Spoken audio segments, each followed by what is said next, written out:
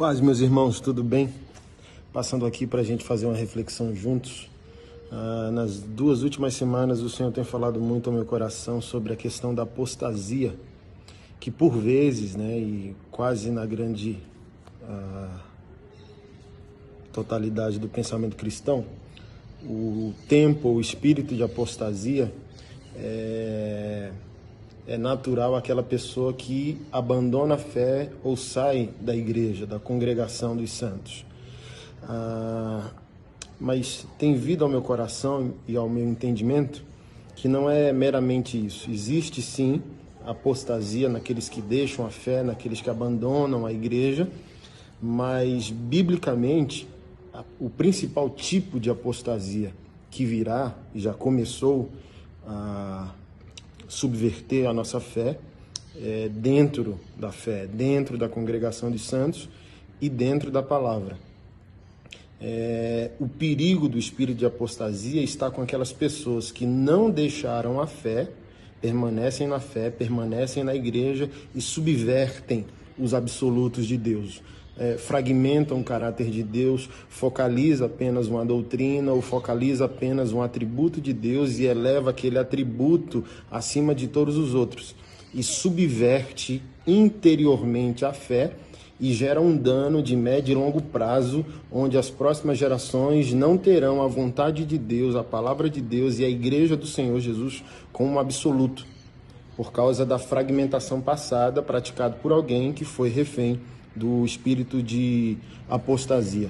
O apóstolo Paulo diz em 1 Timóteo capítulo 4, verso 1, a Timóteo dizendo, olha, o Espírito Santo afirma expressadamente que nos últimos tempos alguns apostatarão da fé por obedecerem a espíritos enganadores e a ensinos de demônios. Ou seja, Paulo está dizendo, em outras versões, de doutrinas de demônios.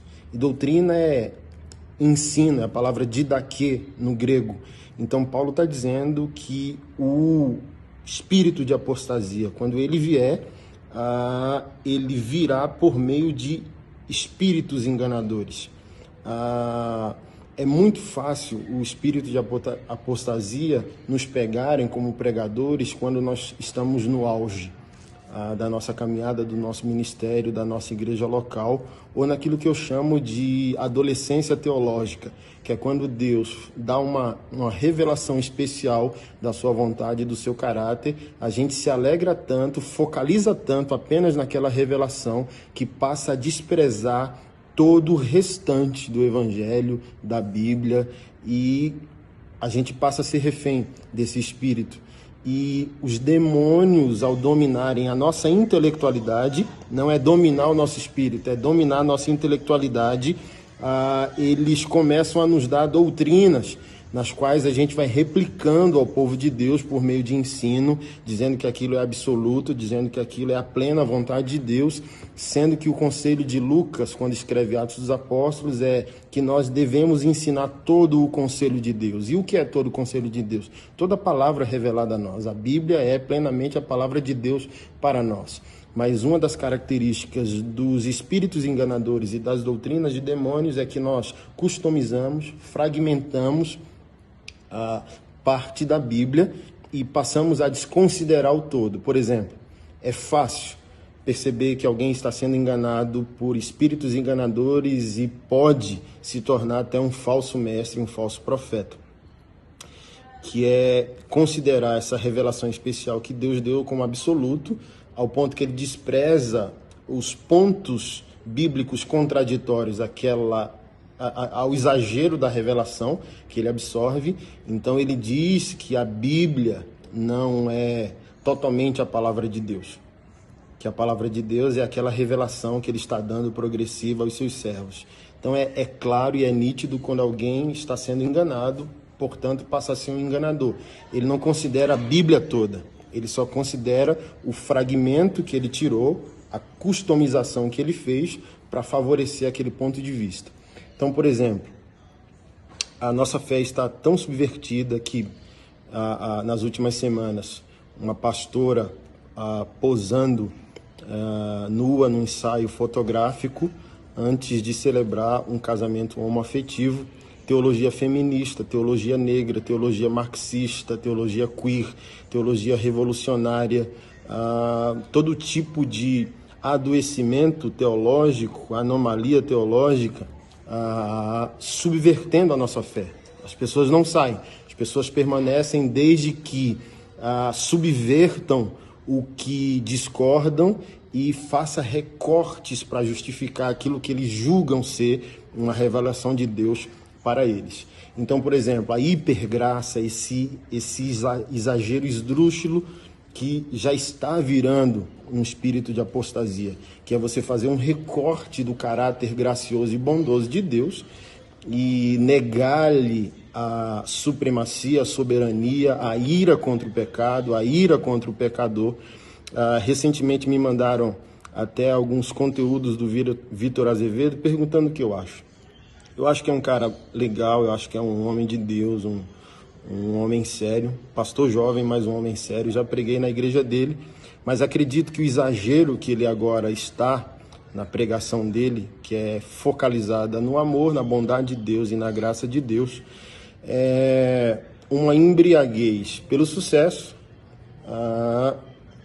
e uma adolescência teológica, tão feliz pela porção que Deus revelou a ele, que ele está forçando o texto, sem considerar que a Bíblia é totalmente a palavra de Deus e aquilo que ele pode dizer sobre a graça pode ser um ponto contraditório com outro verso bíblico. Então, se ele não usa a Bíblia toda como revelação de Deus, ele vai ser vítima de um espírito de engano e a médio e longo prazo ele pode ser um falso mestre. Por exemplo, um dos vídeos que me mandaram, ele forçou o texto dizendo que quando Deus se apresenta a Salomão, falando para Salomão que Salomão poderia pedir o que quisesse, né? E naquela passagem onde Salomão pediu sabedoria, o Vitor força o texto, nem forçou o texto, né? Uma opinião dele, que se Salomão pedisse até o que era pecaminoso, Deus daria, porque Deus não pode negar o caráter dele. Deus é bom. Então, se você pede algo que vai te destruir e destruir outro através de ti, Deus daria a Salomão até aquilo que fosse pecaminoso. É uma adolescência teológica, né? O cara é feliz por o caráter bondoso de Deus ter sido revelado a ele, mas ele fica embriagado a partir disso, porque isso faz sentido a um grupo. E esse grupo isola esse líder e pedindo que o corpo de Cristo questione aquilo que está sendo feito. Então, um dos claros sinais de apostasia, espírito de engano, espírito enganadores, é o isolamento do todo. Então, o cara se isola da Bíblia toda e também o cara passa a se isolar do corpo para não ser questionado pelo corpo sobre aquele ponto de vista contraditório. Então, um sinal claro de igrejas que se desviam do caminho e passam até se tornar seita é que aquela suposta revelação, aquela suposta doutrina que a pessoa põe em prática não pode ser questionada pelo corpo de Cristo. Então, a pessoa se isola como congregação, faz uma seletividade de pregadores e bandas que possam ter uma teologia contrária àquela que ela defende, para que ela não seja contra-atacada, questionada, e a pessoa se isola. Então, olha que perigo, um exemplo disso que o Vitor colocou. Se Salomão pedisse o que era pecaminoso e Deus era obrigado a dar, porque Deus é bondoso e gracioso, olha só, em 1 Reis, capítulo 11, está escrito o seguinte, a partir do verso 1. Além da filha de Faraó, Salomão amou muitas mulheres estrangeiras, moabitas, amonitas, edomitas, sidônias e etéias, mulheres das nações de que o Senhor tinha dito aos filhos de Israel: não casem com elas, nem casem elas com vocês, pois perverteriam o coração de vocês para seguirem os seus deuses. A esta Salomão se apegou pelo amor. Tinha 700 mulheres que eram princesas e 300 concubinas. Suas mulheres lhe perverteram o coração, sendo já velho. Suas mulheres lhe perverteram o coração para seguir outros deuses. E o coração dele já não era fiel ao Senhor, seu Deus, como havia sido o coração de Davi, seu pai. Salomão seguiu Astarote, deusa dos Sidônios, e Milcom, abominação dos Amonitas. Assim Salomão fez o que era mal aos olhos do Senhor e não perseverou em seguir o Senhor como Davi, seu pai, havia feito. Nesse tempo, sobre o monte que fica diante de Jerusalém, Salomão construiu um santuário a Quemos, abominação de Moabe, e a Moloque, abominação dos filhos de Amon. Assim fez para todas as suas mulheres estrangeiras, as quais queimavam incenso e ofereciam sacrifícios aos seus deuses. O Senhor se irou contra Salomão por ter desviado seu coração do Senhor, Deus de Israel, que lhe havia aparecido 2 vezes e ordenado que não seguisse outros deuses. Ele, porém, não guardou o que o Senhor lhe havia ordenado. Por isso o Senhor disse a Salomão: já que você procedeu assim, não guardou a minha aliança, nem os meus estatutos que lhe ordenei, vou tirar o reino de você e dá-lo a um dos seus servos. No entanto, por amor a Davi, seu pai, não farei isso enquanto você estiver vivo, mas durante o reino. Todavia, não tirarei o reino todo, darei uma tribo ao seu filho por amor a Davi, meu servo, e por amor a Jerusalém, que escolhi.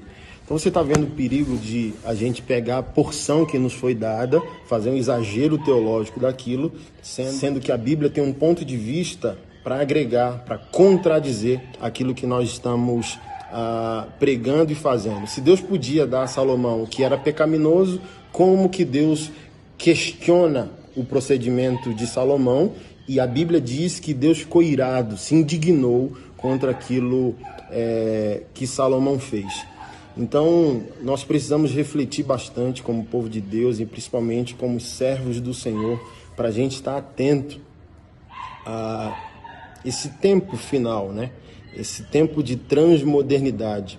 Há um pastor progressista no Brasil, o qual afirma que Deus não é homem, Deus não é pai, né? Que Deus está acima do gênero e Deus é trans, tudo é trans, né? O que é trans está na moda. Então a gente precisa ter um posicionamento claro, correto, total, concernente ao reino, à vontade do Senhor, à palavra do Senhor, à igreja do Senhor, e sermos sérios nisso. Podemos, por exemplo, nos foi dado uma porção de revelação sobre a masculinidade bíblica, e todo mundo é tentado à adolescência. Você pode pegar um fragmento e exagerar aquilo, colocando aquilo acima de tudo. Então nós precisamos de cautela, nós precisamos de sobriedade, nós precisamos de conselheiros que não pensem teologicamente como nós, para que a gente preserve a sanidade, a santidade da igreja do Senhor e dos discípulos de Cristo. Senão nós seremos enganados por ensino de demônios, tornaremos falsos mestres e geraremos um dano a médio e longo prazo à igreja do Senhor. Tá bom? Que Deus te abençoe. Tamo junto. Fica na paz. Esqueci algo importante na reflexão. Você vê o quão sutil, quão perigoso é essa tentação a elevar a nossa porção de revelação. Um conteúdo que me chegou do Vitor também foi que ele afirmou que na nova aliança, em Cristo Jesus, não existem princípios, não existem mandamentos. Assim, não tem nem como perder tempo para você dar uma resposta a isso, porque isso ultrapassa a adolescência teológica e chega a ser uma infância teológica. Não tem nem como nós, biblicamente, teologicamente, como homens de Deus, perder tempo para discutir uma colocação como essa, porque não faz sentido, de maneira alguma. Recorte ele quantos textos bíblicos quiser para reforçar isso. Se a Bíblia toda for respeitada e usada como palavra de Deus, se o Novo Testamento for respeitado em seu contexto, e se as próprias palavras de Jesus Cristo forem interpretadas de maneira honesta, você há de concordar comigo que não existe nada a ser dito para o Vitor numa questão como essa. Existem respostas que às vezes não merecem ser dadas, né? Então, que a gente cresça em zelo, que a gente cresça no temor do Senhor, que a gente trema diante de expor uma suposta revelação, se a gente não vai tomar total responsabilidade com a reverberação daquilo para as próximas gerações, tá bom? Deus nos abençoe.